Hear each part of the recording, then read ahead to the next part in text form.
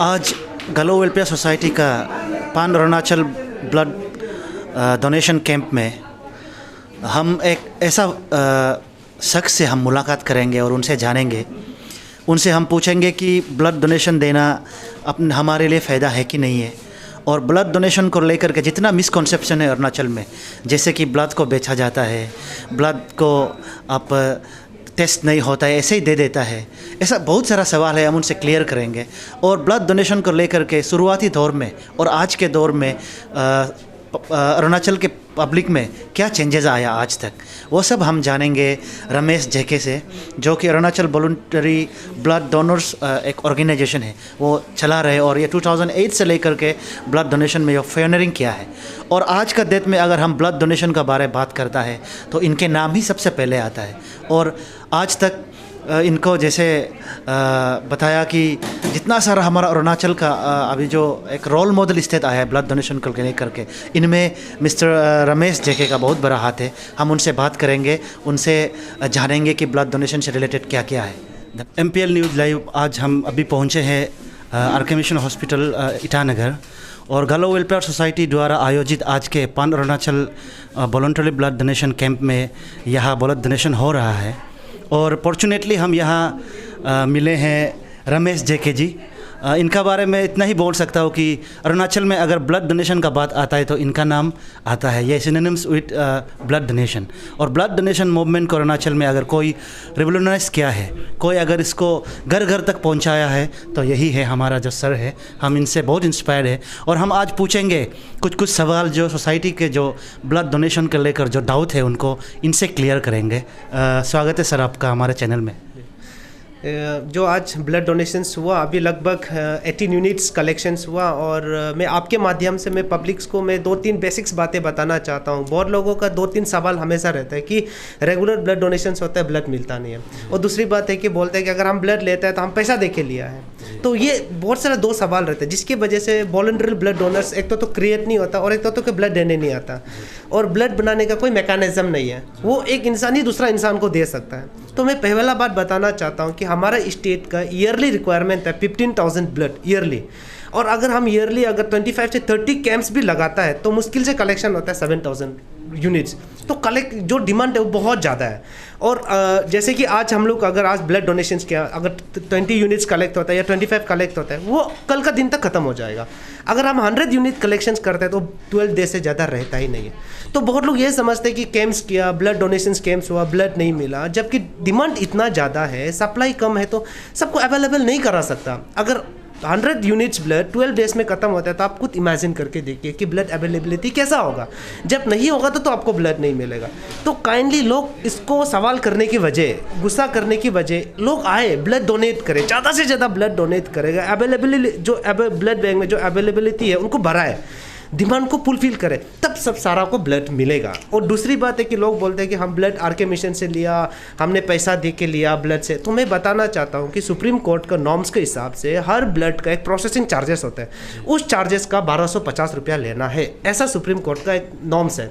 तो ये हर कंट्री में हर ब्लड बैंक्स में बताया गया है। तो हमारा जो ईटानगर में खासकर रामकृष्ण मिशन, ये एक तो संस्था एक अपना है, NGOs हॉस्पिटल्स है, तो इसने 1250 रुपया लेने के वजह 500 रुपया लिया, क्योंकि उसको हॉस्पिटल्स को ब्लड बैंक को रन करना है। तो मैं ये बताना चाहता हूँ आपको जो 500 रुपया वो टेस्टिंग करने का चार्जेस है, HIV 1-2, हेपेटाइटिस B-C, बिडियरल सिप्लिस, मलेरिया, और क्रॉस मैच करना होता है। इसके लिए बहुत सारा किट्स का रिक्वायरमेंट होता है। तो ये किट्स को खरीदने के लिए ये फंड का रिक्वायरमेंट होता है, और ये फंड सुप्रीम कोर्ट का नॉर्म्स, भारत सरकार का ही गाइडलाइन के अंतर्गत ये 500 रुपया लिया जाता है, जबकि 1250 लेना था, ये 500 रुपया लिया जाता है। तो बहुत बार क्या होता है कि कोई पेशेंट्स को अगर 4 यूनिट ब्लड देना है तो 4 यूनिट का 500 करके टेस्टिंग होता है, तो उसको एक बार में बोलते हैं कि आपको 2000 रुपया देना है ये ब्लड का। तो पेशेंट पार्टी को लगता है वो 2000 में हम इतना ब्लड खरीदे। तो ऐसा मानसिकता ना रखे, ऐसा मेंटालिटी ना रखे। और अगर आपको कुछ कन्फ्यूजन है तो आप ब्लड बैंक में अगर सवाल करें, ना कि ऐसे ही सुन लिया और जाकर सोशल मीडिया में लिख दिया, क्योंकि आपका एक मिसकंसेप्ट और एक गलत स्टेटमेंट ना मतलब आग की तरह फैलता है और मोटिवेट डोनर को भी डिमोटिवेट कर देता है, जिसके कारण से अरुणाचल में इतना डिमांड है लेकिन लोग देना नहीं चाहते। बेसिक चीज़ ये चीज़ है ऐसा। ये सर है रमेश जी के, जैसे हमने बताया Arunachal voluntary blood donors organisation चलाते हैं, और जैसे बहुत सारा डाउट्स हमें क्लियर हुआ और हमें भी बहुत सवाल आते हैं। सर एक सवाल आपके बात सुन के आया है, जैसे जब ब्लड डोनेशन होता है तो जनरली आदमी सोचता है कि सब कुछ टेस्ट करने के बाद मेरा ब्लड ले रहा है, तो वो सोचता है कि मेरा कुछ बीमार नहीं है, ब्लड अभी डायरेक्ट देने लायक है। लेकिन आप जैसे बताया कि जब फिर पेशेंट आता है ब्लड चाहिए होने से एक प्रोसेसिंग फ़ी लेता है, जहाँ पे आपका HIV या आपका जो भी बीमार टेस्ट होता है, तो ये जो अमाउंट पेशेंट से लेता है, तो क्या उसको जब हम ब्लड डोनेशन लेता है तभी वो टेस्टिंग पूरा नहीं होता है क्या? जब हम लोग जब अभी जैसे कि ब्लड डोनेशन कैंप चल रहा है, इनका अभी क्राउड कैंप है, तो हम लोग क्या होता है कि इसमें एक एक का टेस्ट करने में समय लगता है, 25 से 30 मिनट लगता है। तो उसमें हम लोग एक बार में कलेक्शंस करते हैं, फिर हम लोग टेस्ट करते हैं। टेस्ट करते से हम लोग डोनर से पैसा नहीं लेता, डोनर से ब्लड बैंक कभी अमाउंट चार्जेस नहीं करता है, ये सिर्फ पेशेंट पार्टी के लिए। और मैं आप लोगों को बता दूं, रामकृष्ण मिशन में ये मैं खुद देखा हूँ, और मैं रामकृष्ण मिशन का नहीं हूँ, मैंने देखा है, मैं वो स्टेटमेंट दे रहा हूँ। रामकृष्ण मिशन ऐसा है कि बहुत लोगों को तो चार्जेस लेता भी नहीं, 500 रुपया नहीं है ना, छोड़ दो, कर दो ऐसा। और मैं और एक बात आपको बताना चाहता हूँ कि पहले ट्रिम्स में पहले 1250 रुपया लिया, फिर 750 लिया, फिर 1000 लिया। तो जैसे कि आपने पूछा और बहुत पब्लिक लोग बोलते हैं कि पैसा लेता है, तो मैं जो 2016 में जो आचार्य गवर्नर सर था, जो नागालैंड का भी था और अरुणाचल का भी था, तो मैंने उनसे बात करके जितना अरुणाचल में गवर्नमेंट हॉस्पिटल में ब्लड बैंक्स है, वहाँ कोई प्रोसेसिंग चार्जेस नहीं लेगा, सारा फ्री कर देना। आज रामकृष्ण मिशन को छोड़ के जितना गवर्नमेंट हॉस्पिटल, चाहे ट्रिम्स हो, आलो का आपका ब्लड बैंक्स हो, एलोंग का, पासीघाट का ब्लड बैंक्स हो, जीरो का हो, दपो का हो, जहाँ जहाँ ब्लड बैंक है वहाँ कोई प्रोसेसिंग चार्जेस नहीं लेते, सारा का सारा फ्री। लेकिन रामकृष्ण मिशन को इसको ब्लड बैंक को चलाना है, इसलिए ये 500 रुपया वो भी किसी किसी से लेता है, सबसे नहीं लेता, जिससे ले सकता है उसी से ही लेता है। तो सर बेसिकली हम ये कह सकते हैं कि आज हम ब्लड डोनेशन देने से भी वो ब्लड किसी को जाएगा वो गारंटी नहीं है, क्योंकि उसको फिर फर्दर टेस्ट करना है। वही अभी लेने का बाद जाएगा ऐसा नहीं। अभी जैसे कि 20 यूनिट्स कलेक्ट हो, उनसे क्या पता कि 5 का पॉजिटिव निकाल जाए, तो हम 20 यूनिट्स होता है तो उसको हम 20 में गिनता नहीं, उसको हम 15 यूनिट्स में गिनेंगे ऐसा। तो हम लोग इसलिए टेस्ट करने के बाद लोग कभी कभी लोग होता है कि ब्लड डोनेशन स्कीम क्या, तो उसने न्यूज़ में लिख देता है कि हम लोग ने 30 यूनिट किया, लेकिन वो टेस्टेड ब्लड नहीं है, लेकिन वो लिख दिया 30 यूनिट। तो पेपर में लोग पढ़ के आता है 30 यूनिट था, कहाँ चला गया, जबकि यहाँ आकर टेस्ट किया तो 30 में से 10 यूनिट्स तो पॉजिटिव निकल गया, 20 यूनिट्स है, तो 20 यूनिट्स तो एक दिन में ही खत्म हो गया। तो ये भी बहुत बार मिसकंसेप्शंस रहता है। तो आपने अच्छा सवाल किया, आपके माध्यम से मैं बताना चाहता हूँ, कोई भी ऑर्गेनाइजर या ऑर्गेनाइजेशन, कोई भी एनजीओ आप ब्लड डोनेशन कैंप करते हैं तो आप न्यूज़पेपर में तभी ही डालिए जब यहाँ से टेस्ट कंफर्म मिलता है कि इतना ब्लड लायक है देने का, उतना ही आप डालिए। और बहुत सा एनजीओ और ऑर्गेनाइजेशन मैंने अपना 12 साल का कैरियर में देखा है, बहुत लोग ब्लड डोनेशन कैंप करता है, 12 यूनिट्स मिलता है, लेकिन 12 चला के 30 40 मतलब नाम आने के लिए पेपर में। तो ऐसा ना करें, क्योंकि आप लोग ऐसा करते हैं, उसकी वजह से पब्लिक ब्लड बैंक में आके चिल्लाते हैं, गुस्सा करता है, गाली देता है, और जिसकी वजह से जो ब्लड डोनर्स है, मोटिवेटेड डोनर्स, उन्हें डीमोटिवेट होता है और वो ब्लड नहीं देता है, जिसके कारण से अरुणाचल में बहुत लोग ब्लड की कमी के कारण से मर जाते हैं। और मैं ये भी बताना चाहता हूँ, ब्लड एक ऐसा कंपोनेंट है, ब्लड के बिना डॉक्टर हेल्पलेस हो जाता है, चाहे कितना स्पेशलाइज डॉक्टर हो हेल्पलेस हो जाता है, मेडिकल हेल्पलेस हो जाता है, कितना सुपर स्पेशलिस्ट मेडिकल हो कुछ नहीं काम करता, मेडिसिन कुछ नहीं कर सकता। अगर आप पेशेंट्स को आप मेडिसिन ना दो, 2-3 दिन भी जिंदा रहेगा, ब्लड नहीं डलेगा, उस समय वो पेशेंट मर सकता है। तो ब्लड इतना इंपॉर्टेंट चीज़ है। तो आप लोग इस पे प्रोपोगेंडा करने से अच्छा, आर्ग्यू करने से अच्छा, सवाल जवाब करने से अच्छा, please come blood banks and करो ब्लड डोनेशंस। इसमें प्रोपोगेंडा एंड पॉलिटिक्स करने का कोई नहीं, आप जाके ब्लड दो, ये सोचना चाहिए और ये मानसिकता आना चाहिए। मेरा रिक्वेस्ट है सबसे।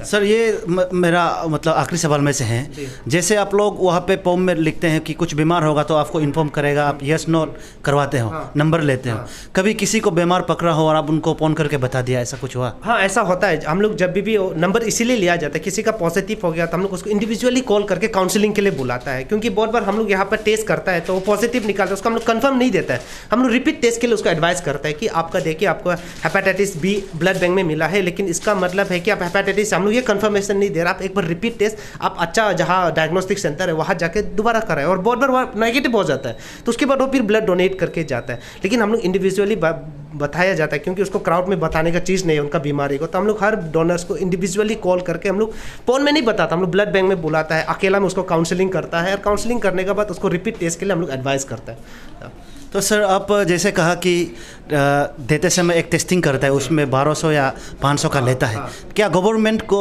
फंड एलोकेशन उसके लिए भी, जैसे जब भी कोई वॉलंटरी डोनेशन चलता है तो उसमें जो टेस्टिंग का जो खर्चा है उसका एलोकेशन गवर्नमेंट मतलब कोई फंड एलोकेशन करने से ठीक रहेगा, आप ये सोचता है? मैं तो चाहता हूँ कि करे, अगर गवर्नमेंट अगर फंड एलोकेशंस करेगा, ब्लड बैंक के लिए फंड देगा, टेस्टिंग के लिए भी, और बोले कि आप कोई भी किसी से पैसा ना ले, अगर ये होता है तो मैं तो चाहूँगा कि ये हो। लेकिन अभी अपना गवर्नमेंट ने सिर्फ अपना, लेकिन गवर्नमेंट हॉस्पिटल के लिए किया है, तो मैं चाहता हूँ कि रामकृष्ण मिशन के लिए भी करें, क्योंकि पेशेंट सिर्फ आपका गवर्नमेंट हॉस्पिटल में जाता है ऐसे नहीं, यहाँ भी आता है, और इनको अपना हॉस्पिटल को भी रिवाइव करना है, क्योंकि रामकृष्ण मिशन तो अरुणाचल का एक बैकबोन हॉस्पिटल से, अगर ये नहीं रहेगा तो मुश्किल हो जाएगा। अब अपना कोविड-19 में भी देखा है कितना इस लोग ने सर्विस दिया। तो मैं चाहता हूँ कि आप सिर्फ अपना गवर्नमेंट हॉस्पिटल को नहीं है, सरकार रामकृष्ण मिशन का ब्लड बैंक में भी कुछ फंड एलोकेशंस करे, टेस्टिंग्स के लिए भी पैसा दे, और बोले कि पब्लिक से, पेशेंट पार्टी से आप लोग 500 रुपये चार्जेस ना करें, वो चार्जेस 500 रुपये आप गवर्नमेंट हम लोग पे करेगा। तो मैं चाहता हूँ कि ये करें साहब।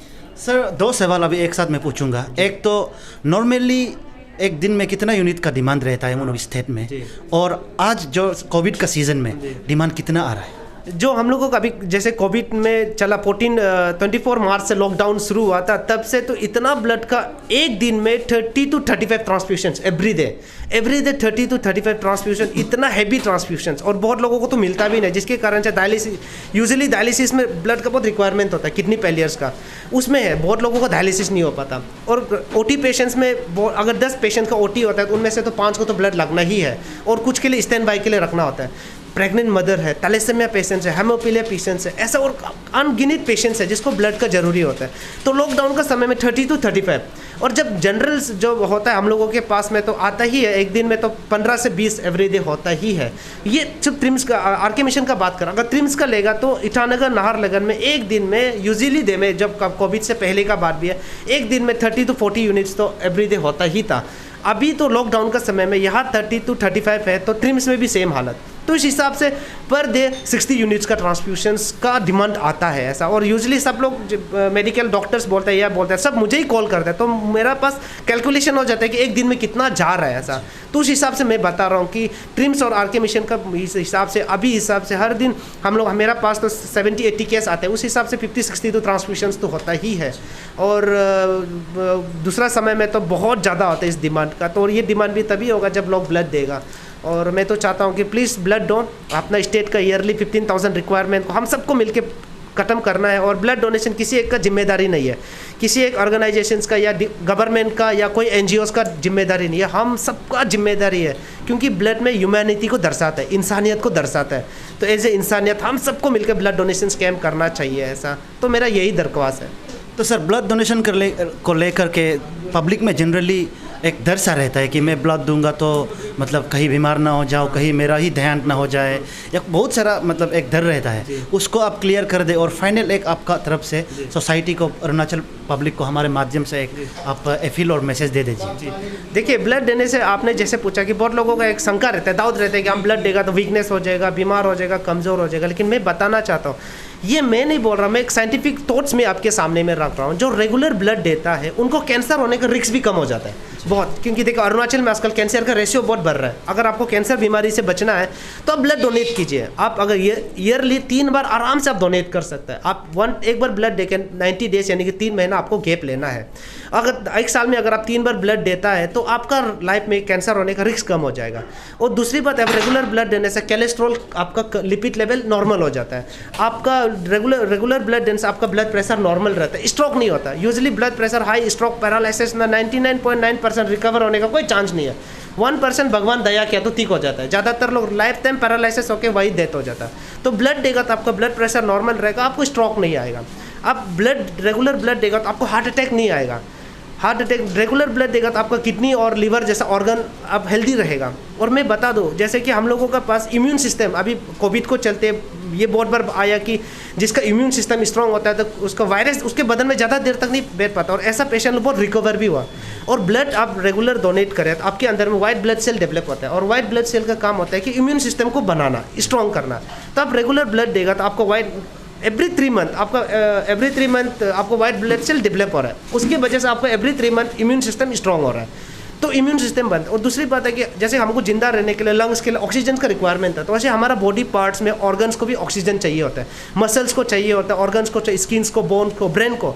तो वो बॉडी में ऑक्सीजन ले जाने का काम RBC करता है, रेड ब्लड सेल। अगर आप रेगुलर ब्लड देगा तो आपकी बॉडी में फ्रेश ऑक्सीजन जाता रहेगा, जिससे आपका ऑर्गन्स डैमेज होने का चांसेस कम हो जाता है, आपका स्किन्स ग्लोनेस होगा, राइसेस नहीं होगा, बोन आपका कैल्शियम्स का आपका कम नहीं रहेगा, और आपको जब रेड ब्लड सेल बनेगा तो आपका ऑर्गन के साथ साथ आपका स्किन ग्लोनेस, बाल नहीं जरेगा, तो ये फ़ायदा है। और मैं बता दूं, अगर जैसे कि मैंने 56 टाइम्स ब्लड दिया, मेरा 56 टाइम्स मेरा HIV टेस्ट हुआ, BDRL सिप्लिस हुआ, मलेरिया हुआ, हेपेटाइटिस BC हुआ, मेरा हेमोग्लोबिन हुआ, ब्लड प्रेशर हुआ, हमको पता है कि मेरा पास ऐसा कोई बीमारी नहीं है, जिसके कारण से अपना अंदर का सेल्फ कॉन्फिडेंस में मल्टीप्लाई होता है, डर नहीं लगता।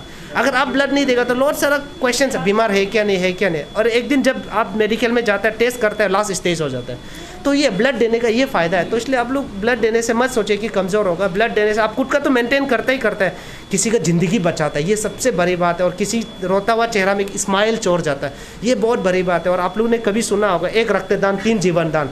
आज अरुणाचल में ये सेपरेशन यूनिट आरके मिशन में, ट्रिम्स में, 1 यूनिट ब्लड को हम लोग 3 ग्रुप में भाग करके प्लेटलेट, उसके बाद प्लाज्मा और पैक सेल्स हम लोग दिया जाता है। तो आपका 1 यूनिट ब्लड 3 लोगों का ज़िंदगी बचा सकता है, और ज़िंदगी बचा सकता है तो बचाना चाहिए, क्योंकि ज़िंदगी बचाना भगवान का काम होता है, ईश्वर का काम होता है। अगर आप किसी का ज़िंदगी बचा के भगवान बन सकते हैं तो आपको बनना चाहिए, हर एक को बनना चाहिए, यही इंसानियत है। तो मैं तो ये करना चाहता हूँ, और आपका चैनल के माध्यम से मैं ये अपील करना चाहता हूँ कि प्लीज़ ब्लड आके डोनेट कीजिए। आप पॉलिटिक्स मत कीजिए, प्रोपोगेंडा मत कीजिए, और अननेसेसरी फेसबुक्स में, सोशल मीडिया में मत लिखिए ब्लड बिक्री होता है, ये होता है, ब्लड नहीं मिलता है। आपको अगर लगता है गलत है, आप ब्लड बैंक आइए, मेरे से क्वेश्चंस कीजिए, मेरे से सवाल जवाब कीजिए। अगर सच में किसी ने ब्लड को सेल किया, ब्लड के साथ गलत किया, मैं आपके सामने में उसका ऊपर एक्शन लूँगा, उसके ऊपर मैं खुद काम करूँगा। लेकिन आप आइए, मेरे पास आइए। आप आने का वजह आप फेसबुक में लिख देते हैं, आपका एक स्टेटमेंट के वजह से मोटिवेट डोनर सब डिमोटिवेट हो जाता है, कोई आना नहीं चाहता है। प्लीज़ ऐसा ना करें। तो आपके चैनल के माध्यम से मैं यही अपील करना चाहता हूँ आप लोगों को, प्लीज़ आइए और ब्लड डोनेट कीजिए। सर, और ये पहले शुरुआत दौर में और आज के दौर में एज ए ब्लड डोनर और ब्लड डोनेशन को लेकर के क्या चेंजेस आया है? अभी तो काफ़ी चेंज आया। जब मैंने 2008 को मैंने ये ब्लड डोनेशंस का जब मैंने सर्विस मैंने शुरू किया, तो पहले मैं ब्लड का नाम सुनते ही सब भाग जाता था। ब्लड का नाम सुनते ही सब अपने से ही एक स्टेटमेंट देता हूँ, हम बीमार है, कमज़ोर, हम नहीं दे सकेगा, ऐसा बहुत सारा अननेसेसरी वो एक्सक्यूजेस देता था। फिर भी मैंने बहुत कोशिश किया, मैंने ब्लड डोनेशन से ज़्यादा मैंने प्लान किया कि अवेयरनेस ज़रूरी है। तो मैंने अवेयरनेस किया, तो आज लोग खुद से ब्लड देने आते। आज आप खुद देख रहे हैं, औरत भी दे रहा है, लड़का भी दे रहा है, जवान लड़का भी दे रहा है, जवान लड़की भी दे रहा है, बुरा और मतलब औरत भी दे रहा है, मर्द भी दे रहा है, माँ पिताजी बच्चा सब साथ में आके थे। ये चेंज, एक समय में यंग डोनर्स भी भागता था, आज ओल्ड डोनर्स भी आ रहे हैं। ये चेंज आया 11 साल में। तो ये चेंज और ज़रूरी है। ऐसा नहीं है कि एकदम से पूरा चेंज हो गया, ऐसा नहीं है। लेकिन 2008 एंड 2020 में डिफरेंस है। लेकिन मैं चाहता हूँ कि आने वाला समय में भी डिफरेंसेस और बढ़े, ज़्यादा से ज़्यादा लोग ब्लड डोनेट करें। क्योंकि मैं एक बात रिपीट करूँगा, ब्लड बनाने का कोई मैकेनिज्म नहीं है। साइंस ने भी कुछ बोला है कि आप और मेरा जैसे एक पुतला बना के करा कर देगा सेम टू सेम, लेकिन ब्लड नहीं बना सकता, क्योंकि 1 ड्रॉप्स ऑफ ब्लड्स में मिलियंस ऑफ सेल्स होता है। सेल्स को डेवलप नहीं कर सकता। तो भगवान ने एक चीज़ बना के रखा हमारा शरीर में, जो साइंस कितना भी डेवलप करो बना नहीं सकता, वो है ब्लड। क्योंकि वो ब्लड से ही शायद भगवान को पता था एक दिन लोगों में डिस्क्रिमिनेट शुरू होगा, लड़ाई झगड़ा होगा, जातिवाद को लेकर लड़ाई होगा, शायद ये ब्लड लोगों को एक करे। क्योंकि ब्लड सिर्फ एक चीज़ को दर्शाता है, वननेस को। इसलिए ब्लड को कोई नहीं बना सकता, सिर्फ एक इंसान ही दूसरा इंसान को डोनेट कर सकता है। तो प्लीज़ मैं तो वही बोलूँगा कि आइए और ब्लड डोनेट कीजिए प्लीज़। सर, आप हमारे चैनल में हमसे बात किया और ब्लड डोनेशन के बारे में जितने भी पब्लिक का क्वेरीज थे आपने क्लियर किया, और इतना साल से आप इस नोवेल काम में काम कर रहे हैं। आपको धन्यवाद हमारे ओर से। थैंक यू, और आपका चैनल को भी थैंक यू सो मच।